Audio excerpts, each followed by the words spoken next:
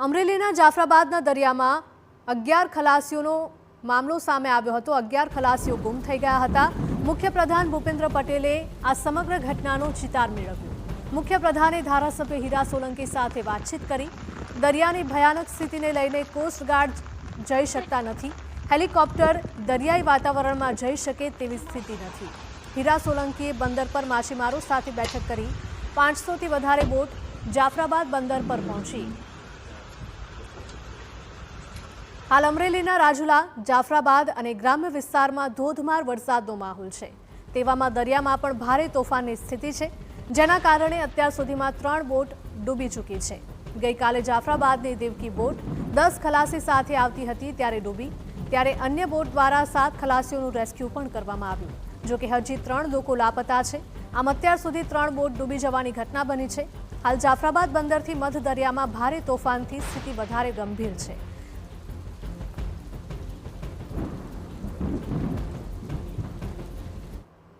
धोधमार वरसाद पड्यो छे त्यारे आपणी साथे स्थानिक धारासभ्य हीरा सोलंकी जोड़े छे। हीराभाई, खास करी आ विस्तारमां कलेक्टर पण पहोंच्या हता। કેટલીક બોટો છે તે ડૂબી છે, કેટલા ખલાસીઓ છે તે પણ લાપતા છે। શું આખી વાત માહિતી વાત આપો કરો।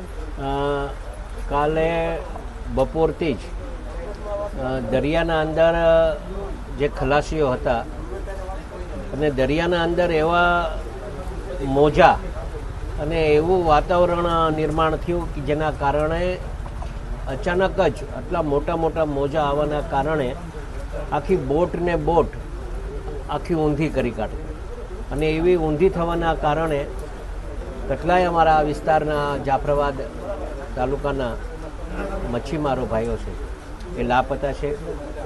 મારા ધ્યાન ઉપર તો હમણાં 11 જેવા લોકો સંપૂર્ણ, પણ એમાં ધારાબંદરના રાજપરા જે ફિશિંગ કરતા હતા એમાં 4 લોકો છે।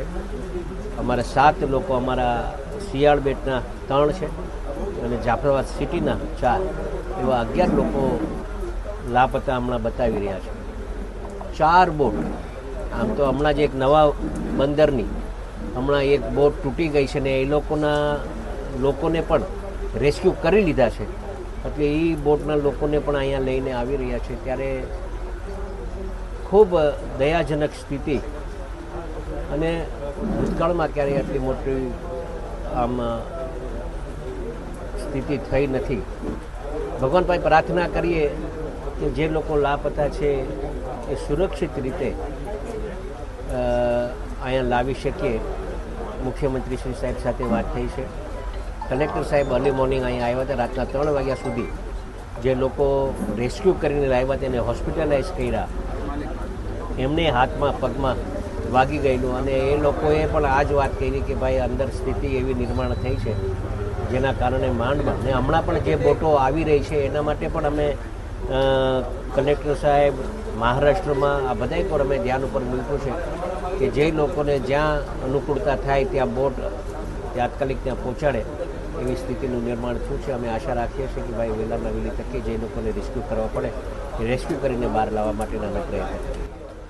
તો આ હતા હીરા સોલંકી, તેમનું કહેવું છે કે 11 જેટલા ખલાસીઓ છે તે જો લાપતા છે। માછીમારો સહિત લોકો ખૂબ ચિંતાતુર છે, કેમ કે જે પ્રકારે બોટો ડૂબી છે, લોકોની કોઈ શોધખોળ છે કરવામાં આવી છે પરંતુ તેમની બહાર મળતી નથી। સ્વાભાવિક છે તેમનો પરિવાર પણ ચિંતામાં હોય છે। ત્યારે હીરા સોલંકીએ પણ રાજ્યના મુખ્યમંત્રી સાથે વાત કરી। કલેક્ટર પણ આ વિસ્તારમાં પહોંચ્યા છે। સતત તે લોકો ઝડપથી બહાર મળે ને જીવિત બહાર આવે તેવા પ્રયાસ છે તે કરવામાં આવી રહ્યા છે। જયદેવ કાઠી, TV9, જાફરાબાદ।